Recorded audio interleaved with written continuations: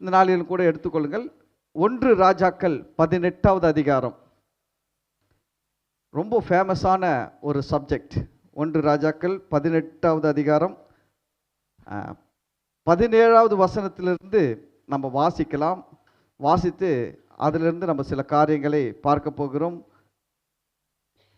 எலியா தீர்க்கதரிசியின் மூலம் நடந்த ஒரு செயல். எலியா அநேக அற்புதங்களை செய்திருக்கிறார். ஆனால் அது எல்லாத்தை விட இது ரொம்ப பைபிள்லேயே இந்த சப்ஜெக்ட் ரொம்ப முக்கியமான சப்ஜெக்ட். ஏன் எலியாவின் வாழ்க்கையிலே இது ரொம்ப பெரிய சப்ஜெக்ட். இது போல் யாருமே பைபிளில் செய்யவும் இல்லை. அவ்வளோ ஒரு நல்ல பெரிய காரியம், ஒரு மகிமையான காரியம். இப்போ எலியா ஒரு ஊழியம் செஞ்சார். எலியா கிட்ட கூப்பிட்டு, நீங்கள் ஊழியம் செஞ்சீங்களே ஐயா, உங்கள் ஊழியத்தில் நீங்கள் செஞ்ச ஊழியத்திலேயே மறக்க முடியாத ஒரு சம்பவம் சொல்லுங்க அப்படின்னு கேட்டிங்கன்னா, எலியா சொல்லக்கூடிய சம்பவத்தை தான் நம்ம படிக்க போகிறோம். 17வது வசனத்திலிருந்து படிக்க போகிறோம். அதற்கு முன்னாடி உங்களுக்கு சில காரியங்களை நான் போதிக்க விரும்புகிறேன்.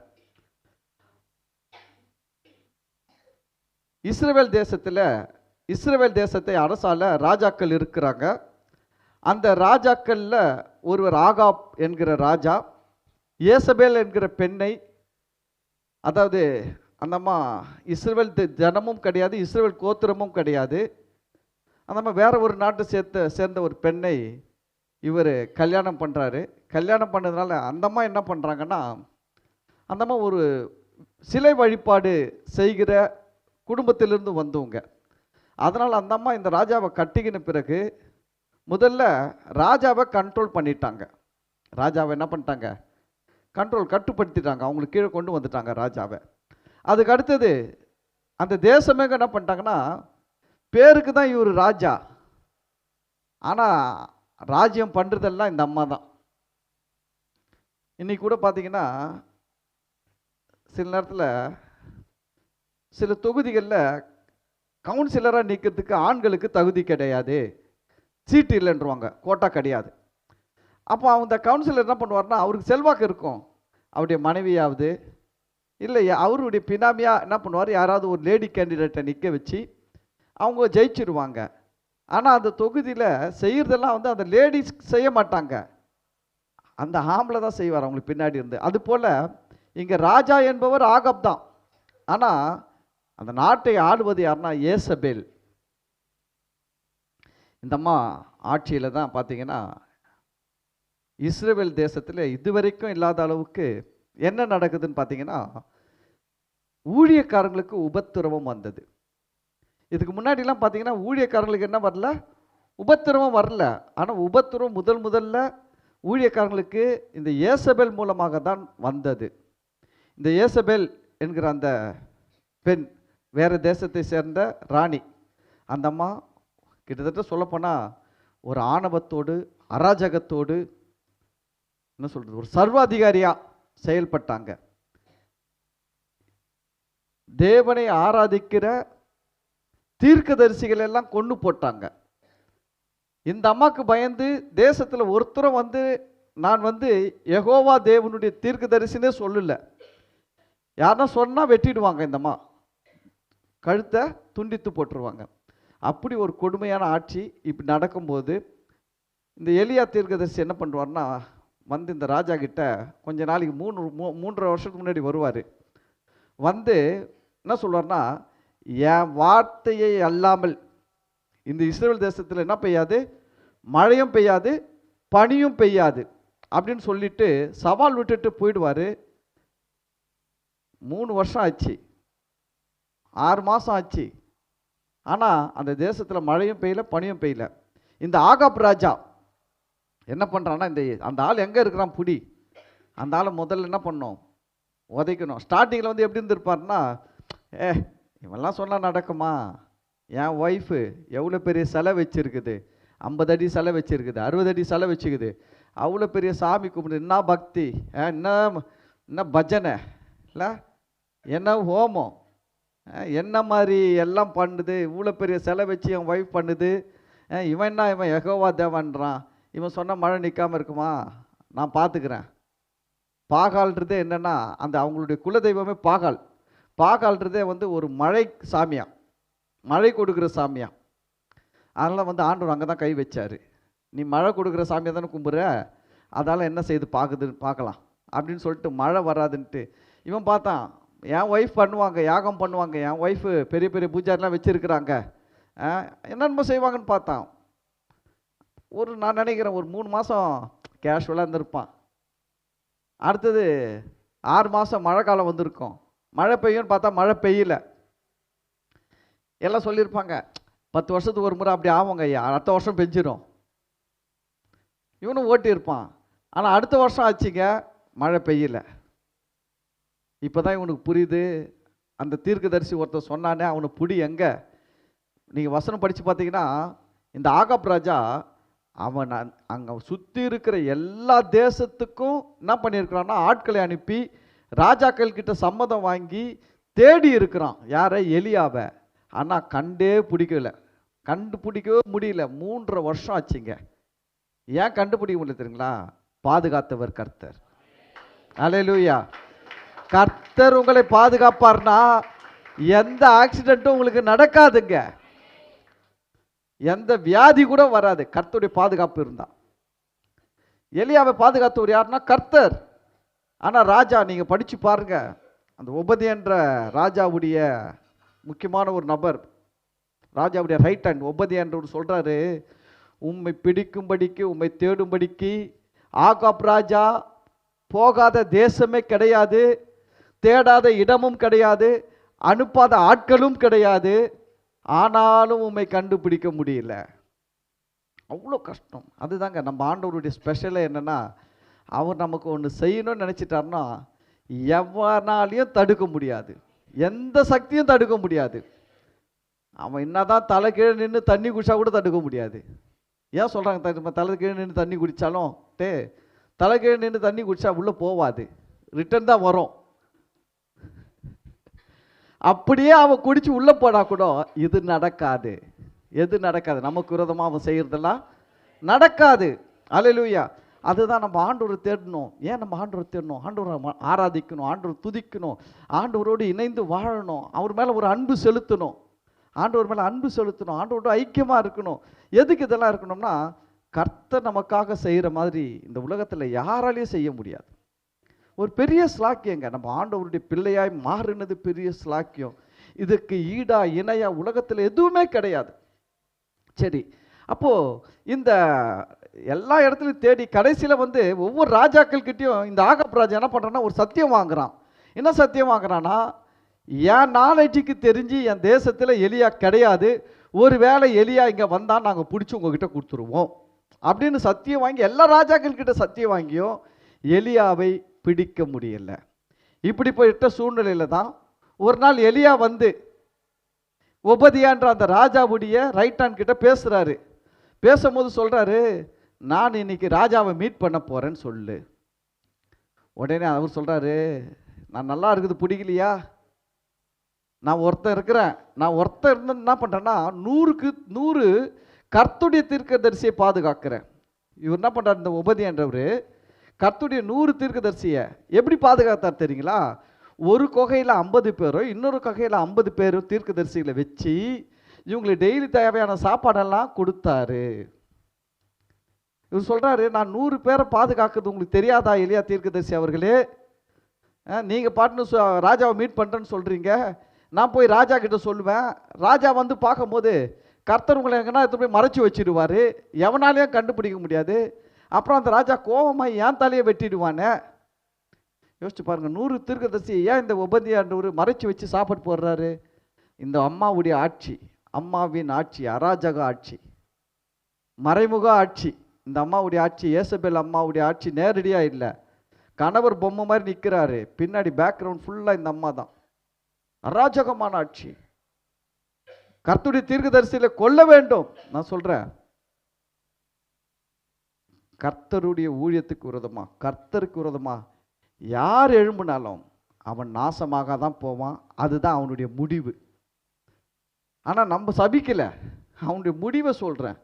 அவன் எவன் எழும்பினாலும் சரி, கர்த்தருக்கு விரோதமாக எழும்பி யாரும் வெற்றி கண்டதா சரித்திரமே கிடையாது.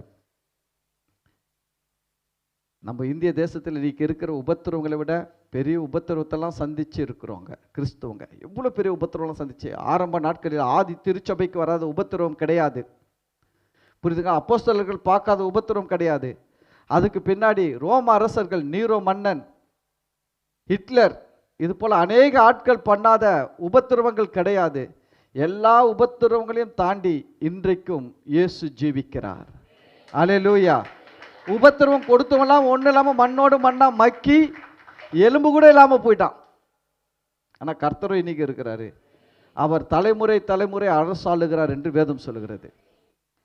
அவர் ராஜாக்களை தள்ளி ராஜாக்களை ஏற்படுத்துகிறவர். அப்படிப்பட்ட சர்வ வல்லமையுள்ள தெய்வத்தை தான் நம்ம வணங்கி கொண்டிருக்கிறோம். அல்லேலூயா. சரி, இந்த உபதியா இப்படி சொன்ன உடனே ஆகாப் சொல்றாரு, இல்லை இல்லை நீ போய் கூப்பிட்டு வா, நான் வெயிட் பண்ணுறேன்னு. அப்போ இந்த உபதியா போய் ஆகாப்பை கொண்டு வரும்போது இப்போ அவங்க 2 பேரும் சந்திக்கிற இடத்துல நடக்கிற சம்பவங்கள் இருந்து தான் நம்ம படிக்க போகிறோம். 17வது வசனம். ஆகாப் எலியாவை கண்டபோது, ஆகாப் யாரு? இஸ்ரவேல் தேசத்து அரசன். எலியா யாரு? கர்த்தருடைய தீர்க்கதரிசி. கண்டபோது ஆகாப் அவனை நோக்கி, இஸ்ரவேலை கலங்க பண்ணுகிறவன் நீ அல்லவா என்றான். என்ன சொல்றான்? இஸ்ரவேலை அப்படின்னா என்னன்னா, நாங்கள் இவ்வளோ கஷ்டப்படுறதுக்கே காரணம் நீ தான்டா. ஏன் அப்படி சொல்கிறான்னா, இவன் நினைச்சான் 6 மாதம் கழித்து அந்த யாகம் நடத்தி மழையை வர வச்சிடலான்னு பார்த்தான், முடியல. 1 வருஷம் ஆச்சு, 2 வருஷம் ஆச்சு, 3 வருஷம் ஆச்சு, 3 வருஷத்து 6 மாதம் ஆச்சு, 3.5 வருஷம் ஆயிடுச்சு. மழையே பெய்யல, பனியும் பெய்யல. மழையும் பெய்யல. நீங்கள் இஸ்ரவேல் தேசத்துக்கு போய் பாருங்கள், நான் போயிருக்கிறேன். இஸ்ரவேல் தேசத்தில் பகலில் 12 மணிக்கு வெயில் அடித்தா கூட அனல் உரைக்காது. ஏன்னா குழு குழுன்னு இருக்கும். வெயில் அடிக்குங்க, நல்ல வெயில் அடிக்கும், நல்ல வெயில் அடிக்கும். நம்ம ஊரில் தகிக்கிற மாதிரி தகிக்காது. அங்கே என்ன இருக்குன்னா, பனி பெஞ்சு இருக்கிறதுனால, அந்த பனி இருக்கிறதுனால கடல் மட்டத்திலேருந்து பல அடி உயரத்தில் இருக்கிறதுனால அந்த தேசம் எப்படி இருக்கும்னா குழு குழுன்னு இருக்கும். யோசிச்சு பாருங்க. அப்படிப்பட்ட தேசத்தில் 3.5 வருஷம் பனியும் பெய்யல, மழையும் பெய்யல. அதனால் இவன் சொல்கிறான், நாங்கள் இவ்வளோ கஷ்டப்படுறோமே, இதுக்கெல்லாம் காரணம் யார் தெரியுமா? நீ தான். அப்போது அவர் தீர்க்கதரிசி சொல்கிறது பாருங்க. அவர் என்ன சொல்கிறாரு? அதற்கு அவன்றது யாரு? எலியா பேசுகிறாரு. எலியா, இஸ்ரவேலை கலங்க பண்ணுகிறவன் நான் அல்ல. கவனிங்க, நான் அல்ல. கர்த்தரின் கட்டளைகளை விட்டு பாகால்களை பின்பற்றினதினால் நீரும் உம்முடைய தகப்பன் வீட்டாருமே இஸ்ரவேலை கலங்க பண்ணுகிறவர்கள். சொல்றாரு, நான் மழை பெய்யாதுன்னு சொன்னது மட்டும் உனக்கு பெருசா தெரியுது. நான் ஏன் சொன்னேன்? கர்த்தர் என்ன சொல்ல வச்சிருக்கிறார். ஏன் கர்த்தர் சொல்ல வச்சாரு? நீ கர்த்தரை விட்டுட்டு எதை வணங்கின்னு இருக்கிற? சிலைகளை வணங்கி கொண்டு இருக்கிற. கர்த்தரை விட்டுட்டு பாகால்றது அது ஒரு சிலை. ஒவ்வொரு சிலைக்கும் ஒவ்வொரு பேர் இருக்குது. அது எந்த பேர் இருந்தாலும் எல்லாம் ஒன்று தான். எல்லாம் ஒரே குட்டையில் ஊர்னா மட்டைங்க தான். மட்டைங்க ஷேப்பு வித்தியாசமாக இருக்கலாம், ஆனால் ஊறி இருக்கிறது எங்கே? ஒரே குட்டை தான். அதுதான் சொல்லுவாங்க, எல்லாம் ஒரே குட்டையில் ஊர்னா ஒன்று டைமண்டாக இருக்கும், ஒன்று செங்கோலாக இருக்கலாம், உருளையாக இருக்கலாம். ஆனால் எல்லாமே எதில் ஊர்ந்து தான்? ஒரே குட்டையில் ஊர்ன மட்டை தான். அப்போ தான் சொல்கிறான், இந்த தேசத்துக்கு சாபம் வந்ததுக்கு காரணம் என்ன தெரியுமா? நீ தான். ராஜாவை பார்த்து எவ்வளோ தைரியமாக பேசுகிறார் பாருங்க. நம்ம பேச முடியுமா இன்னைக்கு? உடனே கேஸ் போட்டுருவானுங்க. எங்கள் தெய்வத்தை பற்றி பேசிவிட்டார்கள். இருக்கிறத தானே ஏன் பேசுகிறாங்க? இல்லாததை பேசுனா பொய் பேசுகிறாங்கன்னு கேஸை போடு. இருக்கிறத பேசுனா கூட இன்னைக்கு குதிக்கிறாங்க. சிந்திக்க மாட்டேன்றான். இப்படி இருக்குதே, இது தப்பு சரின்றதே யோசிக்க மாட்டேன்றான். என்னதான் இருந்தாலும், தப்பாக இருந்தாலும் அதை நீங்கள் என்ன பண்ணக்கூடாது? தப்பாக பேசக்கூடாது. இது எப்படி இருக்குன்னா, ஜட்ஜி கிட்ட போயிட்டு அவன் திருடனாக இருந்தால் கூட அவனை திருடன்னு சொல்லக்கூடாது. நான் கேஸ் போட்டுருவோம் மேலேன்ற மாதிரி. மனுஷன் மேலெல்லாம் கேஸ் போடலாம், நடவடிக்கை எடுக்கலாம். கர்த்தர் மேலே யாரும் கேஸ் போட முடியாது.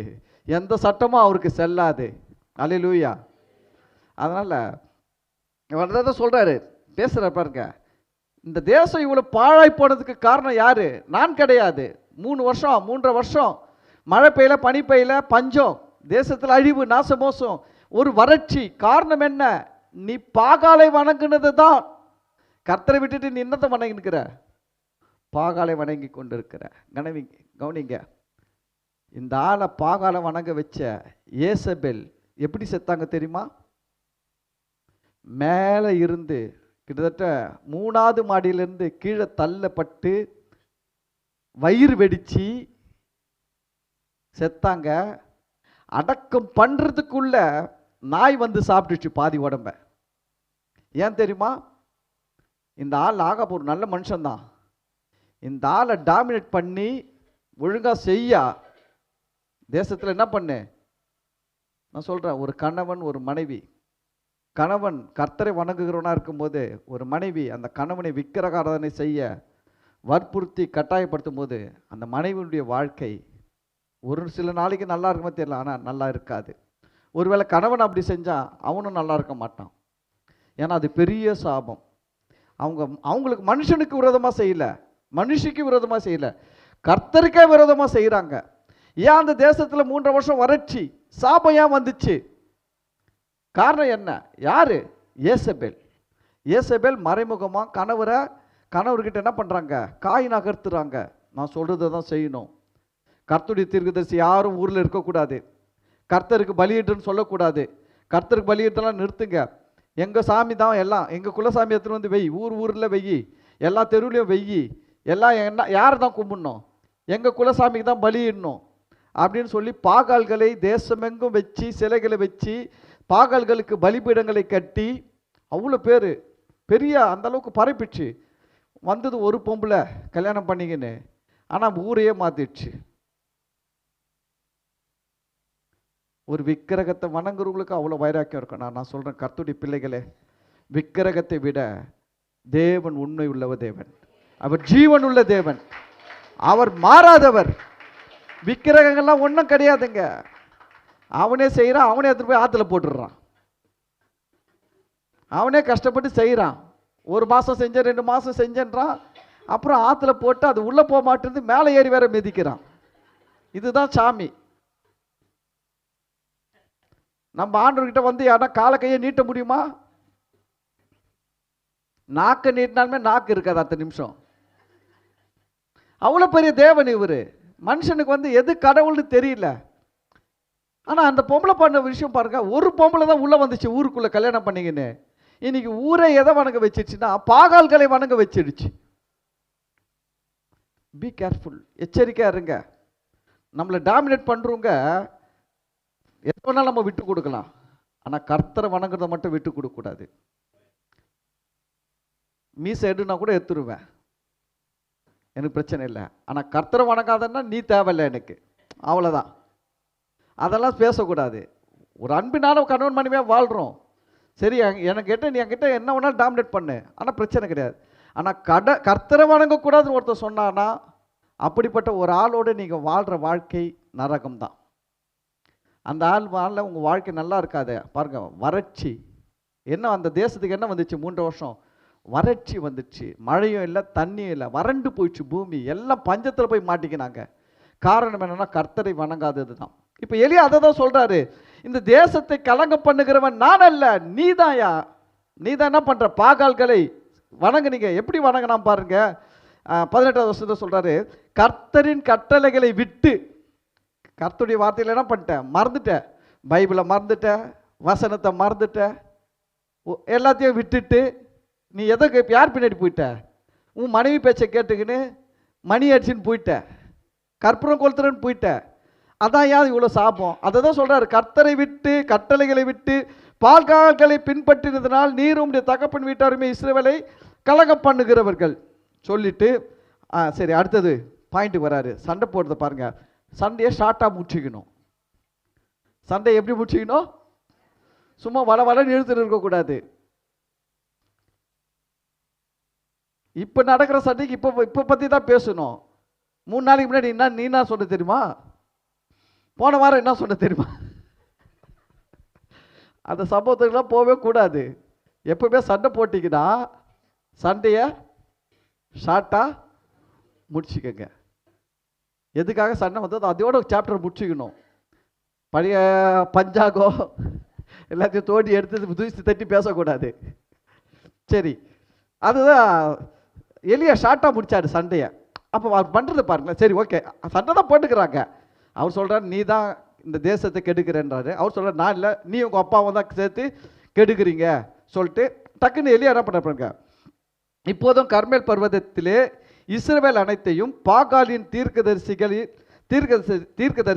450 பேரையும் ஏசபேலின் பந்தியிலே சாப்பிடுகிற தோப்பு விக்கிரகத்தின் தீர்க்கதரிசிகள் 400 பேரையும் என்னிடத்தில் கூட்டிக் கொண்டு வர ஆட்களை அனுப்பும் என்றான்.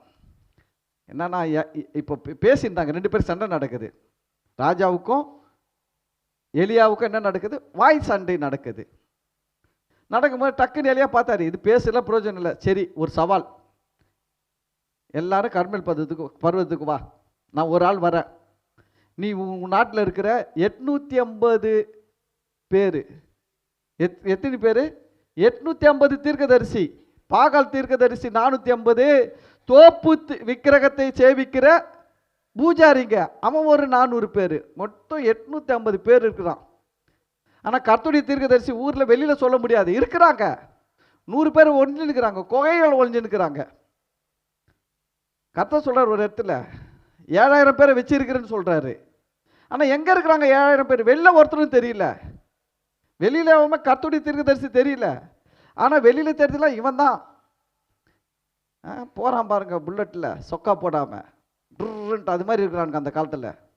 இந்த காலத்தில் இருக்கிறான் பார்த்தீங்களா, எல்லா ஊர்லேயும் போவான், அவன் தான் ரூல் பண்ணுறது, எல்லாம் சாமியை வச்சு ஆசாமியால் ஏமாத்துறது.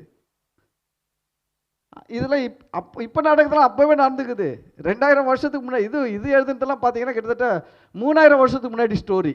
இதெல்லாம் போகிறது 3000 வருஷத்துக்கு முன்னாடி கதை. அப்போவே நடந்து இருக்குது. அப்போவே வந்து சாமி பேரை சொல்லி 4 நட்சத்திரம் பார்க்குறது, வாஸ்து பார்க்குறது, எல்லாம் பார்த்து இந்த பாருங்க, இந்த 4 நட்சத்திரம் பார்க்குறது, வாஸ்து இதெல்லாம் வந்து கொஞ்சம், அதாவது இதெல்லாம் எப்படின்னா பிசாசு எப்பவுமே முழு பொய் பேச மாட்டான், கொஞ்சம் உண்மை கலந்த பொய் பேசுவான், அதுதான் பிசாசு. எப்பவுமே அவன் முழுசாக பொய் சொன்னால் நம்ம நம்ப மாட்டோம். வெள்ளையை பார்த்து கருப்புன்னு சொன்னால் நம்ம சொல்கிறோம் போடா வேலையை பாருன்றுவோம். அதனால் அவன் வந்து வெள்ளையை வந்து கருப்புன்னு சொல்ல மாட்டான். என்ன சொல்லுவான், அது வெள்ளை தான் ஆனால் அதில் கருப்பு இருக்குது அப்படின்ற மாதிரி கலந்து பேசுவான். அந்த பிசாசுடைய பேச்சு பாருங்க. இன்னைக்கு விக்கிரகத்தை வணங்குறவங்க சொல்கிற மாதிரி அந்த ராசி இந்த நட்சத்திரம் இதிலெல்லாம் கொஞ்சம் கொஞ்சம் அப்படி எப்படி இருக்கலாம், ஆனால் அதுதான் முழுமை கிடையாது, அதெல்லாம் மாறும், ஏமாற்றம். ஆனால் ஆண்டவர் அப்படி கிடையாது, புரியுதுங்களா? அதனால் மக்கள் பாருங்க என்ன பண்ணுறாங்கன்னா, யாரோ சொல்கிறத வச்சு சிலதெல்லாம் நடந்த ஒன்று அப்படியே அதை நம்பின்னு பின்னாடி ஓடிடுறாங்க. எவனா வருவான் கை ரேகையை பார்ப்பான், ரேகை இந்த ராக இந்த ரேகை இப்படி போகுது, அந்த ரேகை அப்படி போகுது, நீ இப்படி இருப்ப அப்படி இருப்பின உடனே நம்முடைய நடக்குதெல்லாம் கரெக்டாக சொல்லிடுறேனே, இது உண்மையாக இருக்குமோ? இதுதான் பிசாசு. பேரை வச்சு சொல்லுவான், பேரை ராசியை வச்சு சொல்லுவான், உனக்கு நட்சத்திரத்தை வச்சு சொல்லுவான். இதெல்லாம் ஏமாத்து வேலைங்க, எல்லாம் திருட்டு பசங்க தான்.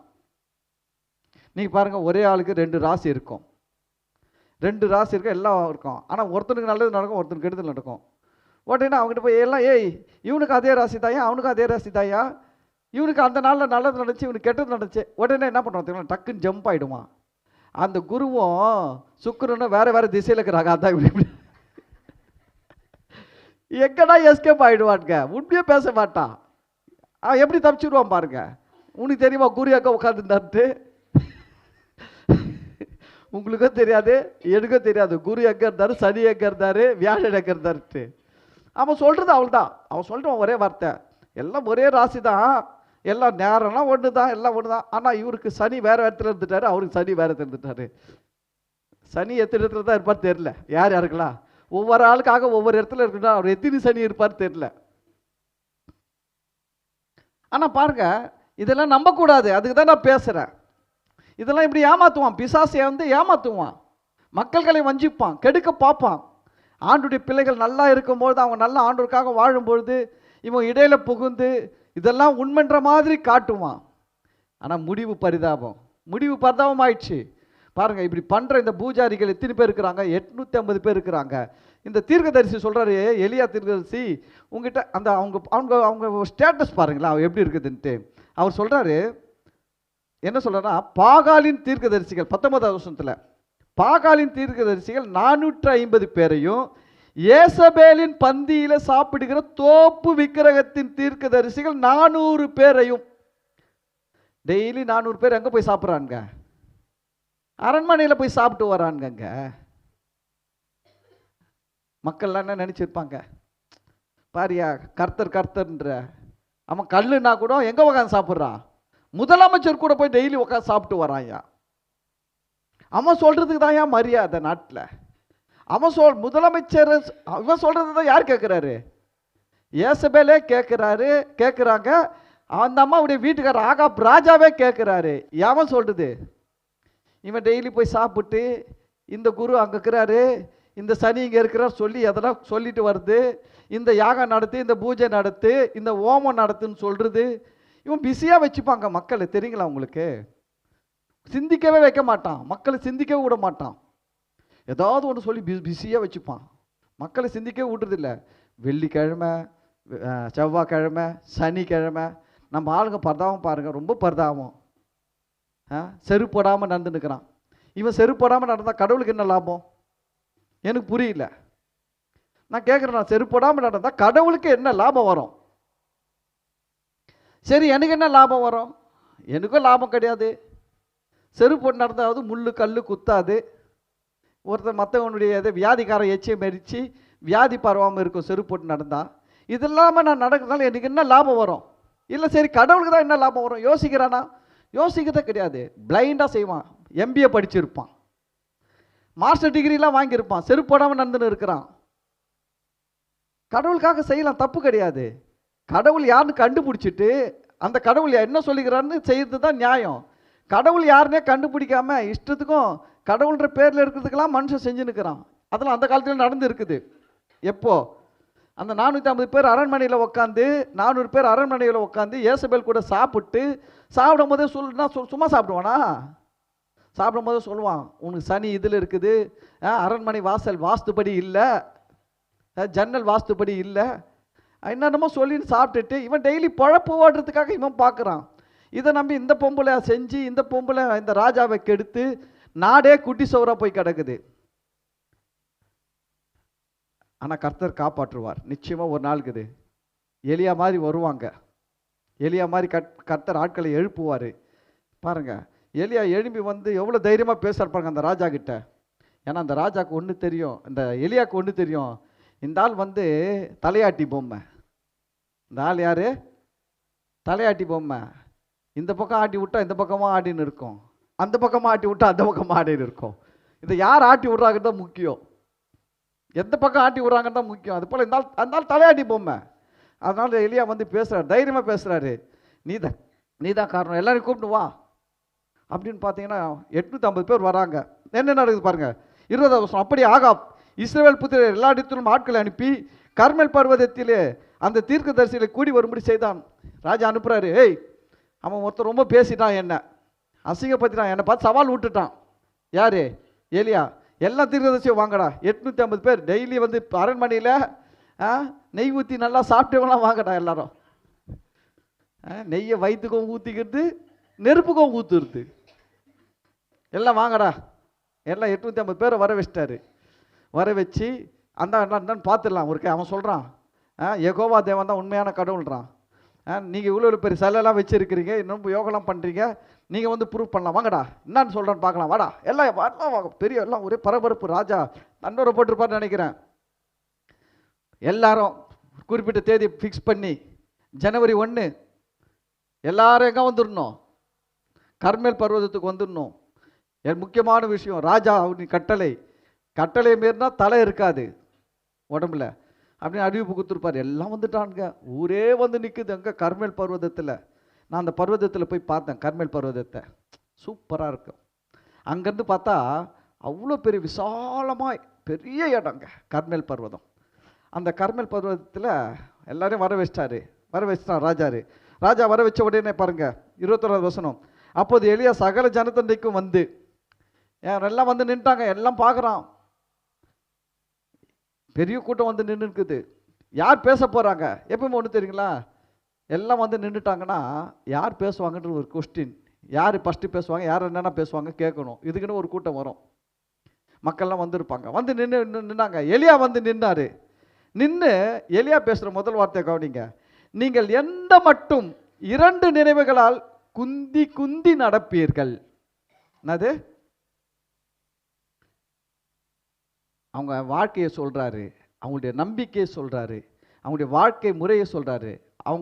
அவங்க எப்படி வாழ்றான்னா, ஒரு ஸ்டெடி மைண்டாகவே வாழல, ஒரு விசுவாசத்தோடு வாழல, ஒரு உறுதியாக வாழல, நம்பிக்கை இல்லாத தன்மையில் குந்தி குந்தி வாழ்றான். குந்தி குந்தி வாழ்றதுனா இப்படி இப்படி நடக்கும்போது பார்த்துக்கிறீங்களா? சில பேர் நடக்குத இந்த பக்கம் ஒரு சப்பாக், இந்த பக்கம் ஒரு சப்பாக். அதை தான் நம்ம ஊரில் எப்படி சொல்லுவாங்கன்னா, ஆற்றுல ஒரு கால் சேத்துல ஒரு கால் நடக்காத. சேத்துல கால் வச்சா அது என்ன பண்ணும்? ஒரு பக்கம் இழுக்கும். ஆற்றுல கால் வச்சா அது ஒரு பக்கம் இழுக்கும். இந்த 2 பக்கமும் இழுத்துன்னு நடக்கும்போது அதனால் நடக்கிறதே வித்தியாசமாக தெரியும். சப்பாக் சப்பாக்கு நடக்காது. அதை தான் சொல்கிறாரு, குந்தி குந்தி நடக்காதீங்க. எவ்வளோ நாள் நடப்பையா? எவ்வளோ நாள் இருப்பீங்க? நான் சொல்கிறேன், எவ்வளோ நாள் தான் சும்மா கர்த்தரும் ஆண்டவர், இந்த சிலையும் தான் சாமி, இந்த ராசியும் தான் உண்மை, இதுவும் தான் அங்கே இதுலேயும் இருக்குதுங்க, எம்மதமும் சம்மதம். அதை தான் சொல்கிறாரு, அந்த கதையே வேணாம். எம்மதமும் சம்மதம் எல்லாம் ஒன்றுன்ற கதையே வேணாம். எது வரைக்கும் இஸ்ரவேல் ஜனங்களுக்கு சொல்கிறாரு, இஸ்ரவேல் ஜனங்களுக்கு சொல்கிறார், நான் கிறிஸ்தவங்களுக்கு சொல்கிறேன். அவர் சொல்கிறாரு இஸ்ரவேல் ஜனங்களுக்கு எந்த மட்டும் 2 நினைவுகளால் குந்தி குந்தி நடப்பீங்க. அவன் பலகாரம் கொடுத்தாலும் வாங்கி துணுகிற, நீயும் பலகாரம் செஞ்சு சாப்பிட்டுக்கிற, அதுவும் சாமின்ற இதுவும் சாமின்ற, அங்கேயும் அற்புதம் நடக்குது இங்கேயும் அற்புதம் நடக்குது, எல்லாம் ஒன்று தான்ற. நம்மளாம் இந்த பக்கமாக போனால் அவங்களாம் அந்த பக்கமாக வந்து மேலே சேர்ந்துருவாங்கன்ற. எது வரைக்கும் தான் 2 நினைவுகளால் குந்தி குந்தி நடப்பீர்கள். இல்லையா? ரொம்ப அழகாக கேட்குறாரு. ஜனங்களை பார்த்து கேட்டார், நான் உங்களை பார்த்து கேட்குறேன். 2023 வரைக்கும் குந்தி குந்தி நடந்தவங்க, 2 நினைவோடு இருந்தவங்களாம் இதோடு முடிச்சுக்கோங்க கதையை. இந்த மெசேஜோடு அதெல்லாம் முடிஞ்சிடணும். எலியா கேட்குறாரு, எந்த மட்டும் 2 நினைவுகளால் குந்தி குந்தி நடப்பீர்கள். ஏன்னா இந்த அம்மா ஏசபேல் சீரியா தேசத்துலேருந்து இங்கே வந்து என்ன பண்ணிடுச்சு, அங்கேருந்து பாகால் எடுத்துகிட்டு வந்து ஊரெல்லாம் பாகாலை வச்சு ஓமம் பூஜை அந்த இந்த இதுன்னு பண்ணி, அமாவாசை கிருத்திகை பௌர்ணமின்னு பண்ணி, வெள்ளிக்கிழமை சனிக்கிழமை பண்ணி, மாதம் ஃபுல்லாக ஒரு பாகாலுக்கு ஒரு விரதம் எல்லாம் பண்ணி வருஷம் ஃபுல்லாக பிஸியாக மக்களை வச்சு கர்த்தரை விட்டுட்டானுங்க. ஆனால் கர்த்தர் மேலே கர்த்தர் தான் தெய்வன்ட்டும் இருக்குது, அதே சமயம் இதுவும் இருக்குது. சரி, எதுக்கு வம்பு? ராணி சொல்கிறாங்கன்னா சும்மாவா, ராஜா சொல்கிறாங்கன்னா சும்மாவா, ஒரு நாட்டையே ஆள்றாங்களே, அவங்க படித்தவங்க, அவங்களுக்கு தெரியாதா அப்படின்ற மாதிரி 2 நினைவுகளை போயின்னு இருக்கிறாங்க. இப்போ தான் இவர் கேட்குறாரு, எந்த மட்டும் 2 நினைவுகளால் குந்தி குந்தி நடப்பீர்கள். புதிய ஏற்பாட்டில் ஆண்டவர் சபைகளை பற்றி பேசுவார், வெளிப்படுத்தல 7 சபைகளை பற்றி பேசுவார், எபேசுவில் இருக்கிற 7 சபைகளை. அதில் ஒரு சபைக்கு பேசும்போது அவர் சொல்கிறாரு, நீ ஒன்று அனலாயிரு இல்லைன்னா குளிராயிரு. நீ அனலும் இல்லாமல் குளிரும் இல்லாமல் வெது வெதுப்பாக இருந்தீன்னா நான் உன்னை வாந்தி பண்ணி போட்டுடுவேன். அவர் என்ன சொல்கிறேன்னா, ஒன்று கூல்ட்ரிங்க்ஸ் ஆயிரு இல்லைன்னா சூடான டீ ஆயிரு. 2த்தையும் மிக்ஸ் பண்ணி குடிக்க முடியுமா? கூல்ட்ரிங்க்ஸும் ஒரு கிளாஸில் ஊற்றி டீயும் கொஞ்சம் ஊற்றி குடிக்க முடியுமா? ஆனால் அவர் சொல்கிறார், ஒன்று நீ கூல்ட்ரிங்க்ஸ் ஆயிரு இல்லைன்னா டீ ஆயிரு. அவர் பரவாயில்ல, அவர் சொல்கிறார், நீ கூல்ட்ரிங்க்ஸ் இருந்தால் கூட பரவாயில்ல, நான் ஏற்றுக்கிறேன். இல்லை நீ ஹாட்டான டீயாக இருந்தால் கூட ஹாட் டீயாக பரவாயில்ல ஏற்றுக்கிறேன், ஒன்றும் பிரச்சனை இல்லை, நான் சூடு குடிப்பேன் சில்லுன்னு குடிப்பேன், ஏற்றுப்பேன். ஆனால் 2த்தையும் நீ மிக்ஸ் பண்ணிக்கிறப்பார், அதான் எனக்கு வேணான்றார். நம்ம ஆளுங்க பாருங்கள், அதெல்லாம் பண்ணுறது அப்போவே பண்ணியிருக்கிறாங்க. அவரையும் கொஞ்சம் கும்பிட்டுக்கிறது, இங்கேயும் கொஞ்சம் கும்பிட்டுக்கிறது, இங்கே கொஞ்சம் பேர் ராசி பார்த்துக்கிறது, இங்கே வந்து அல்லேலூயா சோத்திரம் ஆண்டவரே அப்படின்ட்டு. அதை தான் சொல்கிறாரு, ஒன்று நீ டீ ஆயிரு இல்லைனா கூல்ட்ரிங்க்ஸ் ஆகாது இருந்துக்கும். நீ கூல்ட்ரிங்க்ஸாக இருந்தால் முழுமையாக கூல்ட்ரிங்க்ஸ் ஆகுது அவர் யூஸ் பண்ணிப்பார். கூல்ட்ரிங்க்ஸை எப்போ சாப்பிடணுமோ அப்போ சாப்பிட்டுப்பார். நீ ஒன்லி டீயாக இருந்தீங்கன்னா ரெகுலராக யூஸ் பண்ணிப்பார், ஒன்றும் பிரச்சனை இல்லை. ஆனால் நீ 2த்தையும் மிக்ஸ் பண்ணி ஊற்றி வச்சிருக்கிற, அதுதான் டேஞ்சர்.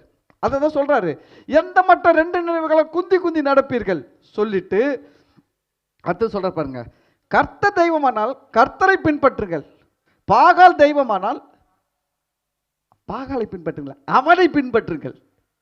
எலியா சொல்ற வார்த்தை பாருங்க, கர்த்தர் தெய்வமானால் மரியாதையா சொல்றார், அவரை பின்பற்றுங்கள். பாகால் தெய்வமானால் அவனை எப்படி பேசுறாரு பாருங்க. அதுதான் குந்தி குந்தி நடக்கிறவங்க பேசுறதுக்கும் குந்தி குந்தி நடக்காதவங்க பேசுறதுக்கும் உள்ள வித்தியாசம். இவர் குந்தி குந்தி நடக்கிறவங்க கிடையாது. குந்தி குந்தி நடக்கிறவங்க எப்படி பேசுவான்? பாகால் தெய்வமானால் அவரை பின்பற்றுங்கள், கர்த்தர் தெய்வமானால் அவரை. அதுதான் இவர்கிட்ட இல்லை. எலியா வந்து பயங்கரம் வைராக்கியமான ஒரு எலியா, பயங்கர பவர்ஃபுல் வைராக்கியம். அவரை மாதிரிலாம் யாரும் வைராக்கியமா இருக்க முடியாது. அதனால அவர் சொல்றாரு, கர்த்தர் தெய்வமானால் அவரை பின்பற்றுங்கள், பாகால் தெய்வமானால் அவனை பின்பற்றுங்கள் சொல்லிட்டு என்ன சொல்றாரு என்றான். ஜனங்கள் பிரதித்துரமாக அவனுக்கு ஒன்றும் சொல்லவில்லை. எல்லாம் கம்முனுக்குது. யோசிச்சு பாருங்க. இந்த பதிலே சொல்லாம இருக்கிற ஆள் தான் டேஞ்சரான ஆள். அது மதில் மேல இருக்கிற பூனை மாதிரி. இந்த பக்கம் வேணா குச்சிரும், அந்த பக்கம் வேணாலும் குதிச்சிரும். அதுக்கு தான் கம்முன்னு இருக்குது. நம்மளுக்கு எதுக்குப்பா வம்பு? அவர் எதுனா பேசிட்டு போறாரு, யாரா எதுன்னு சொல்லிட்டு போட்டோம். நம்ம பேசக்கூடாது, நம்ம அமைதியாக இருப்போம். டக்குன்னு கேட்டால் நாளைக்கு பிரச்சனைன்னு வந்தால் நான் ஒன்றும் சொல்ல ஐயா, நான் உட்காந்து இருந்தேன் இருந்தது உண்மைதான், ஆனால் நான் எதுவும் பேசலை அப்படின்னு சொல்லி தப்பிச்சுக்கிறோம். அதுதான் கம்முன்னு இருக்குது. வெளியே சொன்னால் இந்த ஜனங்க பிரதித்துரம் ஒன்றும் சொல்லலை. கர்த்தருடைய ஜனங்க, இந்த ஜனங்களை எப்படிப்பட்ட ஜனங்க தெரியுங்களா? கர்த்தர் இந்த ஜனங்களுக்காக செங்கடலை பிரிக்கும் போது கண்ணார கண்டு அதில் நடந்து கடந்து வந்தவர்கள். ஆனால் இன்னைக்கு பாருங்க, கர்த்தர் தெய்வமானால் அவரை பின்பற்றுங்களா, ஆமேன் ஒருத்தம் கூட சொல்லலை. அந்த அளவுக்கு பாகால் வணக்கம் பெருகி அதோடைய என்ன சொல்றது, ஆக்கிரமிப்பு அதிகமாகி ஆளுகை அதிகமாகி விட்டது தேசத்தில். அதனால ஜனங்க எம்மதமும் சம்மதன்ற லெவலுக்கு வந்துட்டான். இயேசுவும் ஒன்று, ஈசனும் ஒன்றுன்ற மாதிரி இன்னைக்கு வருது பாருங்க. இன்னைக்கு கிறிஸ்துவம் ஒரு கோயில் கட்டிக்கிறான், பார்த்தீங்களா? நான் பார்த்துக்கிறேன் ஃபேஸ்புக்கில். இந்து கோயில் எப்படி இருக்குமோ அதே போல் கோயிலை கட்டி வச்சுருக்கிறான் கிறிஸ்துவம் கோயில். வெளியிலலாம் தேவ தூதர்கள்லாம் வச்சு, அந்த கோபுரம்லாம் வச்சு, கலசம்லாம் வச்சு, உள்ளே போகிற நடையெல்லாம் வச்சு இந்து கோயில் மாதிரியே கட்டிக்கிறான். எல்லாம் இந்துக்களும் சண்டை போடுறான், ஏன்டா திட்டு பசங்களை எங்கள் கோயில் மாதிரி ஏன்டா கட்டினீங்கன்ட்டு. பெரிய எதிர்ப்புலாம் நடக்குது அதுக்கு. இதுதான் டேஞ்சர். கர்த்தர் வேற, விக்கிரகங்கள் வேற. எப்பவுமே கர்த்தரும் விக்கிரகங்களும் ஒன்னே ஆக முடியாது. புரியுதுங்களா? சரி, இப்போ அதை தான் சொல்றார் பாருங்க. இப்போ கேட்டார், பதில் சொல்ல ஜனங்க பாருங்க. திருப்பி எலியாவே பேசுறார். அப்பொழுது எலியா ஜனங்களை நோக்கி, கர்த்தரின் தீர்க்கதரிசிகளில் மீந்திருக்கிறவன் நான் ஒருவன், பாகாலின் தீர்க்கதரிசிகளோ 450 பேர். 450 பேர் தீர்க்கதரிசி, 400 பேர் பூஜாரி. பந்தியில் சாப்பிட்ற 400 பேர் யாரு? பூஜாரிங்க அவனுங்க. புரியுதுங்களா? இவன் குறி சொல்கிறவன். இந்த 450 பேர் குறி சொல்கிறவன். அந்த 400 பேர் வந்து டெய்லி ஹோமம் பண்ணிட்டு பூஜை பண்ணிட்டு போகிறவன் 400 பேர். அவன் டெய்லி வந்து ஏசபெல் கூட என்ன பண்ணுறான், அரண்மனையில் இவன் பிரசாதம் கொடுத்துட்டு பிரியாணி சாப்பிட்டு போகிறான். கொடுக்குது பிரசாதம், சாப்பிடுறது ராஜ சாப்பாடு. அவன் 400 பேர் இருக்கிறான். இப்போ அதை சொல்கிறாரு, நான் ஒரு தீர்க்கதரிசி, இவங்க 450 பேர். இப்போது 2 காளைகளை எங்களிடத்தில் கொண்டு வரட்டும். ஒரு காளையை அவர்கள் தெரிந்து கொண்டு அதை சந்து சந்தாக துண்டித்து நெருப்பு போடாமல் விறகுகளின் மேல் வைக்க கடவர்கள். நான் மற்ற காளையை அப்படியே செய்து நெருப்பு போடாமல் விறகுகளின் மேல் வைப்பேன். நீங்கள் உங்கள் தேவனுடைய நாமத்தை சொல்லி கூப்பிடுங்கள், நான் கர்த்தருடைய நாமத்தை சொல்லி கூப்பிடுவேன். அப்பொழுது அக்கினியினால் உத்தரவு அருளும் தெய்வமே தெய்வம் என்றான். அதற்கு ஜனங்கள் எல்லாரும் இது நல்ல வார்த்தை என்றார்கள். இப்போ தான் பேசுகிறான். இவங்களுக்கு என்னன்னா, நாங்களும் ரொம்ப நாள் கன்ஃபியூஸாக இருக்கிறோம். கர்த்தர் தெய்வமா, இவன் சொல்கிற இந்த சிலையெல்லாம் தெய்வமான்னு ரொம்ப கன்ஃபியூஸில் இருக்கிறோம். நாங்களும் குழப்பத்தில் தான் இருக்கிறோம். சரிங்க ஐயா, நீங்கள் சொல்கிறது நல்ல காரியம், பார்த்துடலாம் இன்றைக்கி ஒரு கை அப்படின்னு சொல்லிட்டு பேசுகிறாங்க. சொன்னாங்க.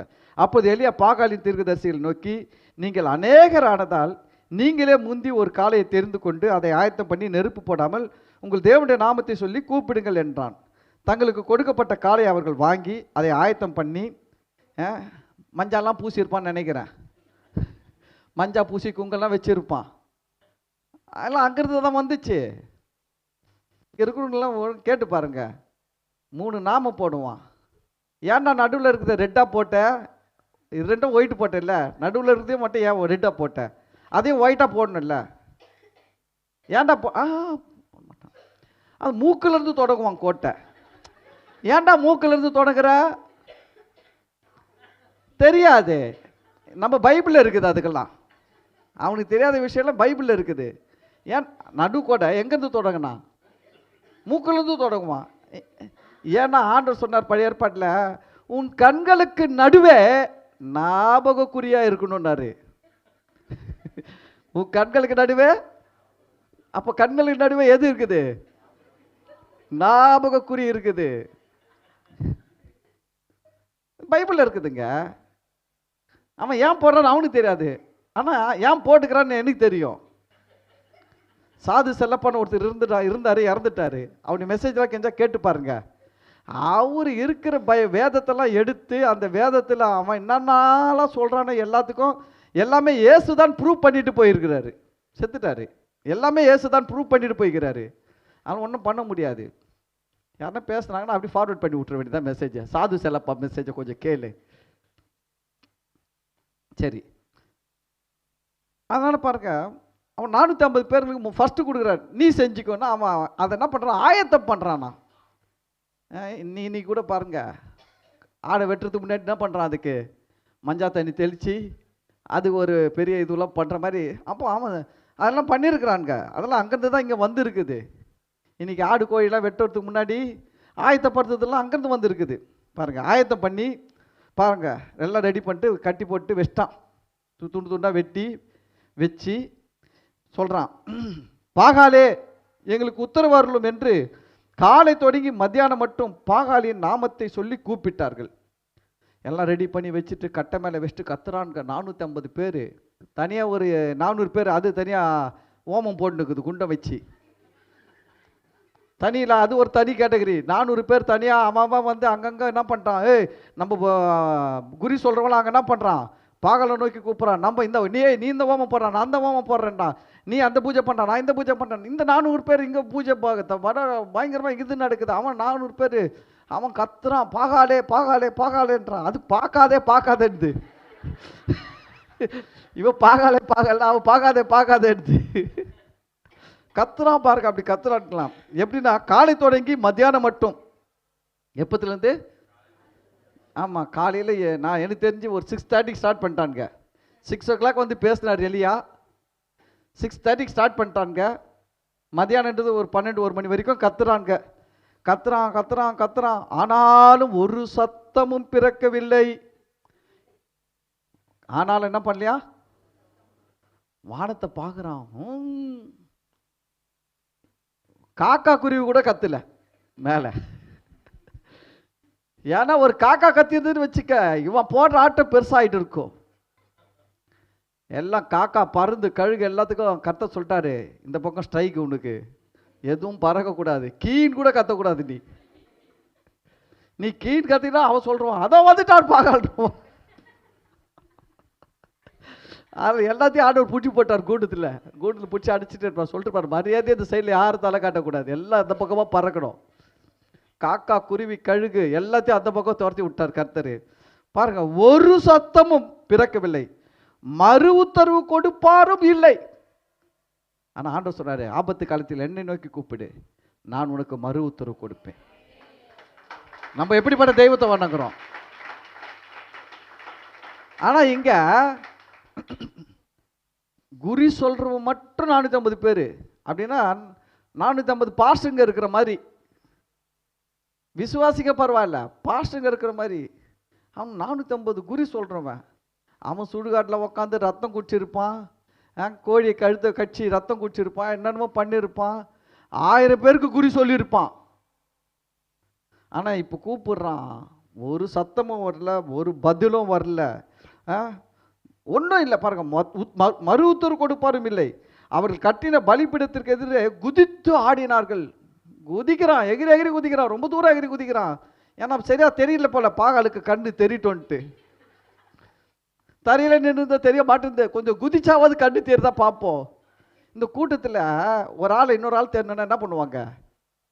எகிரி குதிச்சு பார்த்து பார்ப்பான். அது போய் குதிக்கிறான் போல, எங்கன்னா இருந்தால் பார்க்கட்டும் நம்மளன்ட்டு.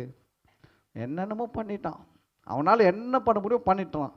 அவர்கள் உரத்த சத்தமாக கூப்பிட்டு கத்துறோம்.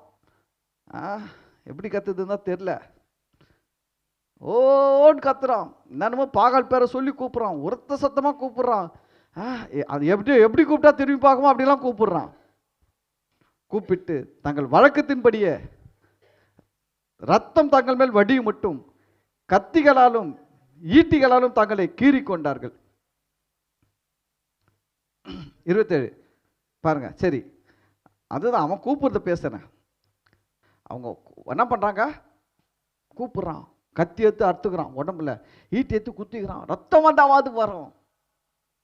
இந்த பாருங்க, இதுதான் மற்ற தெய்வத்தை கும்பிடுறவங்களுக்கு இருக்கிற நம்பிக்கை. நம்ம ஆண்டவரை வணங்குற நம்ம நம்பிக்கை வேற, அவன் நம்பிக்கை வேற. அவன் என்னன்னா, அவன் நெருப்புல நடந்தாதான் பதில் கொடுக்குன்ற நம்பிக்கை அவனுக்கு. கத்தியத்து கீறின்னு ரத்தம் வந்தாதான் என் சாமி எனக்கு என்ன பார்க்கும், எனக்கு பதில் செய்யன்ற நம்பிக்கை. ஆனா நம்ம வணங்குகிற ஆண்டவர் அப்படி கிடையாது. நீ உப்பு மேல முட்டி போட்டாதான் ஜபத்தை கேட்பான்னு நினைச்சா நீ தப்பா போயின்னுக்கிற.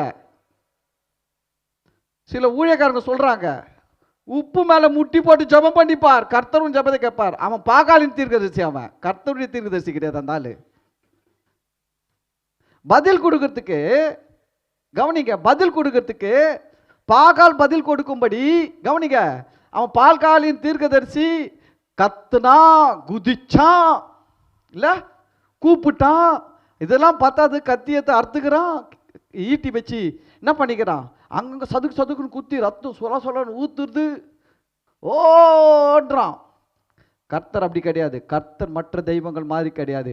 கர்த்தர் மெய்யான தெய்வம். அவருக்கு கவனிங்க, நீங்க மனசுல நினைக்கிறது கூட அவருக்கு தெரியும். நீங்க மனசுல ஒரு நினைக்கிறீங்க தெரியுங்களா, ஆண்டவரே நான் போறேன், எனக்கு இது நடந்தா நல்லா இருக்கும், அந்த வார்த்தை அந்த சத்தத்தை கூட வசனம் சொல்லுது, எகிப்தியர்களுடைய பெருமூச்சை கர்த்தர் கேட்டார். என்னது? அவன் நினைக்கிறான், என்னைக்கு தான் விடுதலை கிடைக்குமோ தெரியல, அதை கர்த்தர் கேட்டாரு. அவன் அந்த பெருமூச்சு விட்டான் பார்த்தீங்களா, அந்த பெருமூச்சுக்கு அதுக்கு பின்னாடி இருக்கிற வேட கர்த்தர் கேட்டாரு. அதுதான் நம்ம ஆண்டவர். நம்ம ஆண்டவரை வணங்கும் போது நம்மளும் அவனை மாதிரியே இங்கே குதிக்கணும். சில பேர் பார்க்குறாங்க, என்ன இது பெந்தகோஸ்த சபையா, யாருமே கீழே விழ மாட்டேன்றாங்க, உருள மாட்டேன்றாங்க, பெறல மாட்டேன்றாங்க. அது பாகால் தீர்க்கதரிசி சபையில் அப்படி இருக்கும். குதிக்கிறது, கத்துறது, கீழே உழுறது, தேவைப்பட்டா கொஞ்சம் ரத்தம் கூட வரும், மண்டை கிட்ட உடஞ்சி. நான் கேட்குறேன், எதுக்குங்க? நீங்க ஆவியில நிரம்பணும்னா வீட்டுக்கு போங்க, வீட்டு கதவை மூடுங்க. 6 நாள் இருக்குது, 7 நாள் இருக்குது, 7 நாள் விட்டுடுவீங்க. இங்க 2 மணி நேரத்தில் தான் உங்களுக்கு ஆவியில நிரம்பணுமா? 7 நாள் ஒன்றும் பண்ண மாட்டீங்க நீங்க வீட்டில். இங்க ஆவியில நிரம்பணும். தப்பு கிடையாது, பரிசுத்தவான்கள் செயல்பட்டா நீங்க ஆவியில நிரம்புவீங்க, அதெல்லாம் ஒன்றும் இல்லை. ஆனா அவரு யோசிப்பார்ல, யோசிச்சு பாருங்க. 6 நாள் சும்மா இருந்துட்டு இங்க என்ன நிரப்பும் என்னை நிரப்புன்னு அவர் யோசிப்பாரு. 6 நாள் நான் எவ்வளவு பேசுறேன், நீ கண்டுக்கினியா என்ன? எத்தனை முறை சொல்லியிருப்பேன், மகளே ஜெபம் பண்ணு, மகளே கொஞ்சம் சோத்திரம் பண்ணு, கொஞ்சம் பைபிள் படி, எத்தனை நாள் சொல்லியிருப்பேன், கேட்டியா? இப்போ என்ன பண்ற? கண்ணீர் விட்டு கதற, என்ன நிரப்புன்ட்டு. அவர் பக்கத்துல தான் பார்த்துன்னு இருக்கிறாரு, நிரப்பவே மாட்டாரு. ஏன்னா அவருக்கு தெரியும், உன்னை இந்த முறை நிரப்பி அனுப்பிட்டாருன்னா நீ அடுத்த 6 நாள் அவருக்கு வேலை காட்டிடுவேன். திருப்பி அடுத்த ராத்திரி இதே சரணம் தான், என்னை நிரப்பும், இறங்கி வாரும், இப்போ வாரம், இறங்கி வாரம், இப்போ வாரம் நிற்குது. அதனால் அவர் தெரியும், இந்த கதையெல்லாம் அவர் பார்த்துன்னா வராரு, நிறைய தெரியும். அவரை யாரும் ஏமாற்ற முடியாது. மரியாதையாக 6 நாள் வீட்டில் ஆவியில் நிரம்புங்க. இங்கே என்னை நிரப்பும் நீங்கள் சொல்ல வேணாம், இறங்கி வாங்கன்னு சொல்ல வேணாம். ஆண்டுடைய பிரச்சனை உங்களை மூடிக்கொள்ளும். புது வருஷத்தில் தீர்மானம் எடுக்கும். சும்மா 6 நாள் ஒன்றும் செய்யாமல் இங்கே கருத்து குதிக்கணும்னு நினைக்கிறது ஒன்றும் நடக்க மாட்டேங்குது. பாஸ்டர் சூடாக இறங்கல, ஜில்லுன்னு இறங்கல. 6 நாள் நீ சூடாக இறங்கல, ஜில்லுன்னு இறங்கல பற்றி யோசிச்சியா? இங்கே மட்டும் என்னத்துக்கு யோசிக்கிற? அவனை மாதிரி யோசிக்க கூடாது. அதுக்கு தான் சொல்ல வரேன், பாகால் தீர்க்கதரிசி மாதிரி நம்ம இருக்கக்கூடாது. ஏன்னா நம்முடைய தேவன் பாகால் மாதிரி கிடையாது, அவர் வித்தியாசமானவர். பாருங்க எவ்வளோ டிஃப்ரெண்ட் காட்டுறோம் பாருங்க. அவன் 400 பேர் குதிச்சு கத்துறான். இவர் சொல்றாரு பாருங்க, 27 பேசுறாரு. எலியா மத்தியான வேலையில் எலியா அவர்களை பரியாசம் பண்ணி பார்த்தார். எலியா, ஏய் என்னடா இன்னும் இவ்வளோ நேரம் ஆச்சு, 4 hour ஆச்சு, 5 மணி நேரம் ஆச்சு, ஒன்றுமே நடக்கல சொல்லிட்டு உரத்த சத்தமாக கூப்பிடுவோம். என்ன சவுண்டா கேள்றா, காது செவிடா இருக்க போகுது. ஏன்னா ஆண்டவர் சொன்னார், அவைகளுக்கு காதுகள் இருக்கும், காது கேட்காது. அதனால் எலியா சொல்கிறாரு, நல்ல சத்தமாக கூப்பிட்றா, அவன் தேவனாமே, அவன் கடவுள் சொன்னியேடா. கொஞ்ச நேரத்துக்கு முன்னாடி பெரிய பெரிய பூஜையெல்லாம் போட்டால், பெரிய பெரிய சிலையெல்லாம் வச்சேடா, கடவுள் சொன்னியேடா. அவன் தியானத்தில் இருப்பான். அவன் எங்கன்னா உட்காந்து அவன் எங்கன்னா தியானம் பண்ணின்னு இருக்க போகிறான்டா. உன் சத்தம் சரியாக கேட்காம இருக்க போகுது சொல்கிறாரு. அதுக்கு அடுத்தது, அவன் அல்லது அலுவலாக இருப்பான், ஏன்னா ஆஃபீஸுக்கு போயிருப்பான்டா அவன். ஏன்னா அவங்க ஊர் சுற்றுருவாங்க, அவங்க சாமியை பற்றி அவங்களும் சொல்கிறாங்க, எங்கள் சாமி ஊர் சுத்தம், எங்கள் சாமி பல அவதாரம் எடுக்கும், அங்கே அந்த அவதாரத்தில் அந்த வீட்டுக்காரங்கிட்ட இருக்கும், அந்த மனைவி கூட இருப்பார், அந்த குடும்பத்தில் இருக்கிறாரு, அந்த கோத்திரத்தில் இருக்கிறாரு, அப்படி பல அதான் சொல்கிறார். அவர் ரொம்ப பிஸியாக வேலைக்கு போயிருப்பார் சொல்கிறான். அல்லது பிரயாணம் போயிருப்பாங்கன்னா ஊருக்கு போயிருப்பார், டூர் போயிருப்பார். இதெல்லாம் பாருங்கள், இப்போ இல்லை அப்போவே இருந்துருக்குது. இந்த பைபிளில் தான் இவ்வளோ டீசெண்டாக போட்டிருக்குது. அல்லது தூங்கினாலும் தூங்குவான். என்னது, ஒருவேளை அந்த பாகல் தூங்கியிருந்தாலும் தூங்கி இருப்பான். மரியாதையே கொடுக்குறது இல்லை எலியா. நம்மளாவது மரியாதை கொடுத்து பேசுகிறோம், அவர் மரியாதை கொடுத்து அவன் தூங்கியிருந்தாலும் தூங்கின்னு இருப்பான். அவனை எழுப்ப வேண்டியதாக இருக்கும், நல்லா கத்துங்கடா குதிங்கடா அப்படின்னா. இந்த பைபிள் அப்படி இருக்குது. ரோமன் கத்தோலிக் பைபிளில் போய் படிச்சிங்கன்னா, ஆர்சி பைபிள் எப்படி இருக்குன்னா, அவன் பாத்ரூம் உள்ள இருப்பான், கூப்பிட்றான். நீங்கள் ரோமன் கத்தோலிக் பைபிளில் படிக்கிற படிச்சுட்டு தான் வந்திருக்கிறேன். அவன் பாத்ரூமில் இருப்பான்டா, அவன் போய் பாத்ரூம் பண்ணியிருப்பான், கூப்பிடு அவனை. அவனுக்கு சரியா, ஏன்னா பாத்ரூமில் ரைட்டாக கதவு போட்டு இருப்பான், சத்தம் கேட்காது, நல்லா கூப்பிடுற கத்துங்கடான்றாரு. கத்துனா கத்துனா கத்துனா ஒன்றும் நடக்கலை. அப்போ எலியா 30வது வசனத்தில்,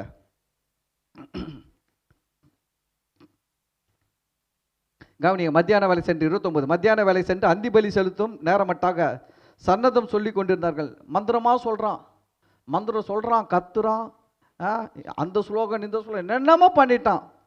ஆனாலும் ஒரு சத்தமும் பிறக்கவில்லை, மறு உத்தரவு கொடுப்பாரும் இல்லை, கவனிப்பாரும் இல்லை. ஜனங்கள்லாம் ஆரம்பத்தில் ஓன்னு கத்தும் போது எல்லாம் ஜனங்களாம் சேர்ந்து எட்டி பார்த்துருக்கோம். அப்புறம் இவனுக்கு இப்படி தான் கத்திட்டு கொண்டாடுற, எல்லாம் இப்படி உட்காந்துருக்கோம், முட்டி போட்டு முட்டி மேலே கை இப்படி வச்சுக்கிட்டு கத்துட்டு நாடகம் தான் பார்ப்போம். எலியா வந்தார், டேய் சாயங்காலம் ஆச்சுடா, காலையில் தொடங்குனீங்க, இப்போ என்ன ஆச்சு, இன்னும் 1 hour தான் இருக்குது என் டைமுக்கு, நான் கடவுளுக்கு நான் பலி செலுத்துறதுக்கு என் டைம் என்ன இருக்குது, 1 hour தான் இருக்குது. உன் டைம் இவ்வளோ நேரம் கொடுத்துறேன், 9 மணி நேரம் கொடுத்துருக்குறேன், ஒன்றுமே முடியல உன்னால், சரி ஓரம் போ அப்படிதான் சொல்லியிருப்பாரு. ஓரம் போ, எல்லாம் ஓரமாக ஏற்றி வை அதெல்லாம் சொல்லிட்டு பாருங்க. அங்கே என்ன பண்ணுறாரு, 30 வசனம், அப்பொழுது எலியா சகல ஜனங்களையும் நோக்கி என் கிட்ட வாருங்கள் என்றான். எல்லாம் அங்கே போய் உட்காந்துக்கிறதுக்கு முட்டி போட்டு இப்படி முட்டி மேலே கை வச்சுக்கின்னு சப்பளாங்கல் போட்டுன்னு கன்னத்தில் கை வச்சு உட்காந்து பார்த்துருக்குது. எல்லாத்தையும் சொல்கிறார், இப்படி வாங்க எல்லாம் வருதுங்க எழுந்துச்சு. சரி இப்போ நல்லா இப்போ இவ்வளோ நேரம் இருந்து என்ன பண்ணல, ஒன்றும் தெரியல. இப்போ அதுலேயும் ஒரு குழு வந்திருக்கும், அங்கே ஒன்றும் நடக்காத மாதிரி, பாகாலே இங்கே ஒன்றும் நடக்கக்கூடாது, ஏன்னா அப்போ தானே நான் பேச முடியும், எங்கள் சாமியை ஒன்று தான் உன் சாமியை ஒன்றுன்ட்டு. அதெல்லாம் வந்திருக்கோம், இங்கே வந்து கொஞ்சம் எட்டி பார்த்து இருக்கோம், எல்லாம் உட்காருங்க கூப்பிட்றாரு இல்லையா, எல்லாம் வாங்க கூப்பிட்டாரு, வாங்க என்றான். சகல ஜனங்களும் அவன் கிட்ட வந்த போது தகர்க்கப்பட்ட கர்த்தருடைய பலிபீடத்தை அவன் செக் பண்ணிட்டு, இதுங்கெல்லாம் என்ன பண்ணி இருக்குதுங்க, கர்த்தருடைய பலிபீடத்திலே பலி இல்லாததுனால அந்த பலிபீடமே எப்படி ஆகிட்டு இருக்குது, பாடடைஞ்சு உடஞ்சி போயிருக்குது. இவர் சொல்கிறாரு, எல்லாம் உடஞ்சி சரி பண்ணுங்க பலிபீடத்தை. இப்போ சரி பண்ணிட்டு அந்த பலிபீடத்துக்கு ஒரு பேர் இருறாரு, உனக்கு இஸ்ரவேல் என்று பேர் இருப்பதாக என்று சொல்லி கர்த்தருடைய வார்த்தையை பெற்ற யாக்கோபுடைய குமாரரால் உண்டான கோத்திரங்களுடைய இலக்கத்தின் 12 கற்களை எடுத்து, சரி அதெல்லாம் பெரிய விஷயம் படிக்கிறேன், 12 கல் 12 குடம் தண்ணி ஊற்றுனாரு, 12 கல் வச்சாரு, 12 குடம் தண்ணி ஊற்றுனாரு, 12 கல் வச்சு பலிபீடத்தை ரெடி பண்ணி. அது ஏன் 12 கல்னா, இஸ்ரவேலுடைய கோத்திரம் 12 கோத்திரம், அந்த 12 கோத்திரத்துக்கு அடையாளமாக, புரியுதுங்களா, அந்த 12 கோத்திரத்தை கர்த்தர் தெரிந்து கொண்டார், அந்த 12 கோத்திரத்தின் மூலமாக இந்த உலகத்துக்கு தன்னை வெளிப்படுத்தி இருக்கிறார். அதனால் அதற்கு அடையாளமாக இருக்க 12 கோத்திரத்துக்கு அடையாளமான 12 கல், 12 கோத்திரத்துக்கு அடையாளமாக 12 குடம் தண்ணியை அதில் ஊற்றி அவர் என்ன பண்ணுறாருன்னா அந்த விறகெல்லாம் கூட நனைக்கிறாரு சொல்கிறார். ஏன்னா இவனுக்கு சொல்லக்கூடாது, காலையிலேருந்து நல்லா காஞ்சி இருந்துதா, ஆனால் டக்குன்னு பவுட்ரு போட்டார் எலியா பத்திக்கிச்சுன்னு சொல்லக்கூடாது. நான் இதெல்லாம் சொல்கிறாங்க நம்ம ஆளுங்க, நம்ம கிட்ட அற்புதம் நடந்தால் பொய், அவனுக்கு நடந்ததுன்னா கொடி தூக்கின்னு குதிப்பான் அப்படின்ட்டு. இங்கே நடந்துச்சு வச்சுல, அப்போ ஆஸ்பத்திரிலாம் எதற்கு இருக்கிறது, அது இருக்குது, அதை நம்புறவனுக்கு அது இருக்குது, கர்த்தர் நம்புறவனுக்கு சபை இருக்குது, கர்த்தர் இருக்கிறாரு. ஆஸ்பத்திரியை நம்புறவனு இருக்கிறான்ல, அவனுக்கு தேவையில்லை ஆஸ்பத்திரி, அதனால் அது இருக்குது. குதிப்பானுங்க. அவனை இவங்க பாருங்க. இப்போ அதனால் ஒன்று பண்ணுறாரு, எல்லாம் கட்டை மேலே தண்ணியை ஊற்றி 12 கூட தண்ணியை ஊற்றி அந்த காலை வெட்டப்பட்ட காளையை வச்சுட்டு அதுக்கு அடுத்தது என்ன பண்ணுறாரு பாருங்க, விறகுகளை அடுக்கி 34 பிற்பாடு அவன் சொல்ல பாருங்க, தண்ணியெல்லாம் ஊற்றுறாரு. 35 படிக்கிறேன். அப்போ தண்ணீர் பலிபீடத்தை சுற்றிலும் ஓடினது, வாய்க்காலையும் தண்ணீரால் நிரப்பினான். சுற்றி ஒரு வாய்க்கால் மாதிரி வெட்டி சின்னதாக கொலை மாதிரி ஒரு 2 அடிக்கு கொலை மாதிரி வெட்டி அதுலேயும் தண்ணியை ஊற்ற சொல்கிறாரு. ஊற்றி ஃபுல்லாக தண்ணி நல்லா சத நனைஞ்சு இருக்குது. அப்போ 36வது வசனத்தில் பாருங்க, அந்தி பலி செலுத்தும் நேரத்திலே தீர்க்கதரிசியாகிய எலியா வந்து ஒரு ஜெபம் பண்ணுறாரு.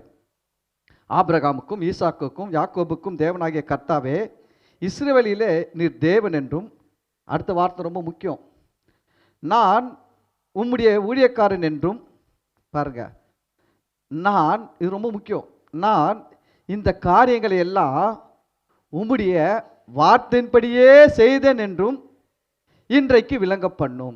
கவனிங்க, இப்போ இந்த காலை வைக்கணும்னு சொன்னது, அவனையும் கூப்பிடுன்னு சொன்னது, காலையை வச்சு அக்கினி இறங்கணும்னு சொல்லணும், இதெல்லாம் சொல்லணும்னு சொன்னது யார் சொல்லியிருக்கிறாரு? தேவன் சொல்லுகிறார் எலியா கிட்ட.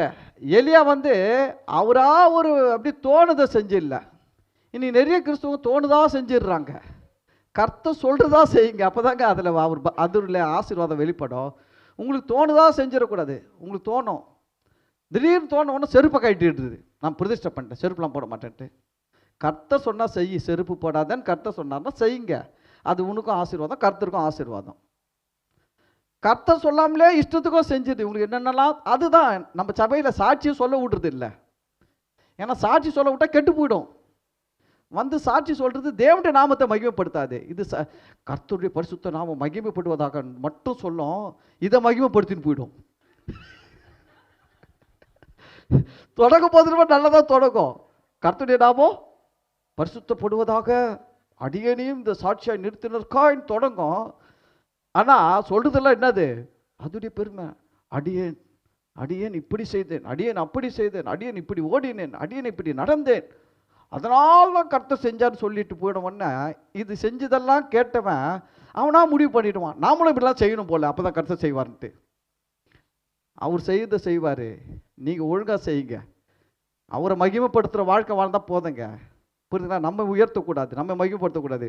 சரி, அதுக்கு தான் முக்கியமான விஷயம்.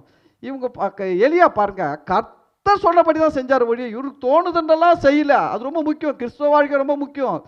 பாஸ்ட் எப்படி செய்கிறான்னு பார்த்து செய்யக்கூடாது. கர்த்தர் உங்களுக்கு என்ன சொல்லியிருக்காரோ அதை தான் செய்யணும். பாஸ்ட் 1000 செய்வார், திடீர்னு நான் நாளைக்கு கூட வெள்ளை அங்கி கூட போட்டு வருவேன். ஆமாம், உடனே நீங்கள் எல்லாரும் பாஸ்ட் வெள்ளங்கி போட்டார், எல்லாம் வெள்ளங்கி போடுவோம், அப்படிலாம் செய்யக்கூடாது. உங்ககிட்ட கர்த்தர் பேசுகிற செய்யுங்க. உங்ககிட்ட கர்த்தர் பேசாமல் யாரோ செய்கிறான்றதுக்காக பார்த்து காப்பி அடிச்சு செய்யக்கூடாது. ஓகேங்களா?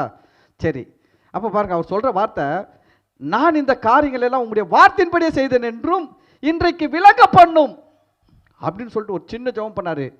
கர்த்தாவே, நீர் தேவனாகிய கர்த்தர் என்றும் தேவரீர் தங்கள் இருதயத்தை மறுபடியும் திருப்பினீர் என்றும் இந்த ஜனங்கள் அறியும்படிக்கு என்னை கேட்டருளும் என்றான். அப்பொழுது கர்த்தரிடத்தில் இருந்த அக்கினி இறங்கி அந்த சர்வாங்க தகன பலியையும் விறகுகளையும் கற்களையும் மண்ணையும் பட்சித்து வாய்க்காலில் இருந்த தண்ணீரையும் நக்கி போட்டது.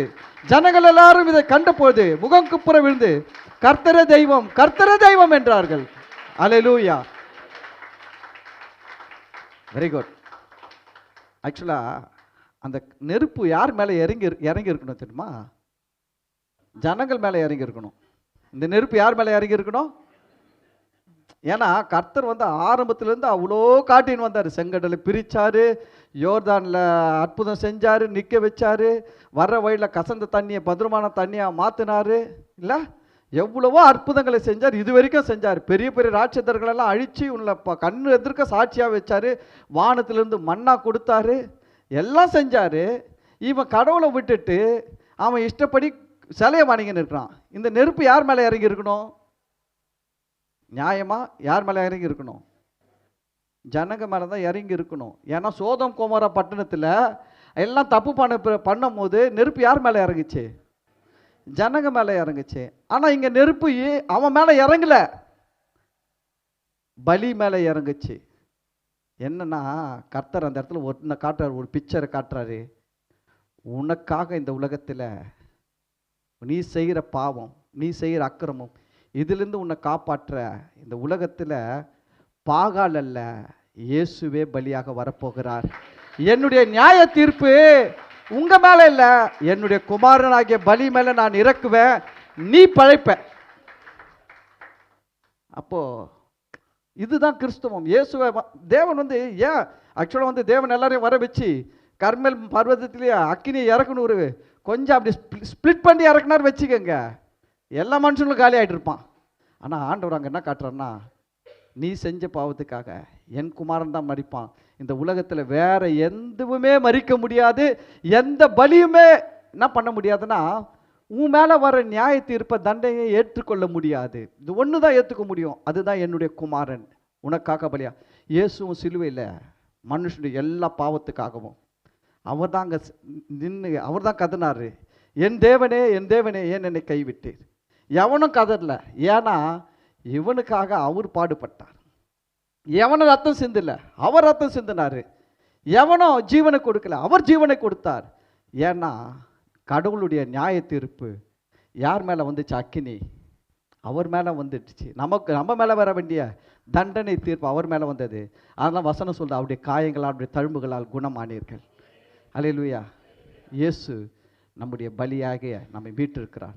நம்ம மேலே வர வேண்டிய நியாய தீர்ப்பு தண்டனைகள்லாம் இயேசு ஏற்றுக்கொண்டார். இயேசுவின் காயங்களை நம்ம குணமாக்கப்பட்டிருக்கிறோம். இந்த நல்ல தெய்வமாகிய இயேசுவை புது வருஷத்தில் நல்லா வணங்குங்க, வைராக்கியமாக வழங்க. கர்த்தர் உங்களை ஆசீர்வதிப்பார். இயேசுக்காக ஒரு கரங்களை தட்டுவோமா? Thank you Jesus. நன்றி பரிசுத்த ஆவியானவரே, நன்றி.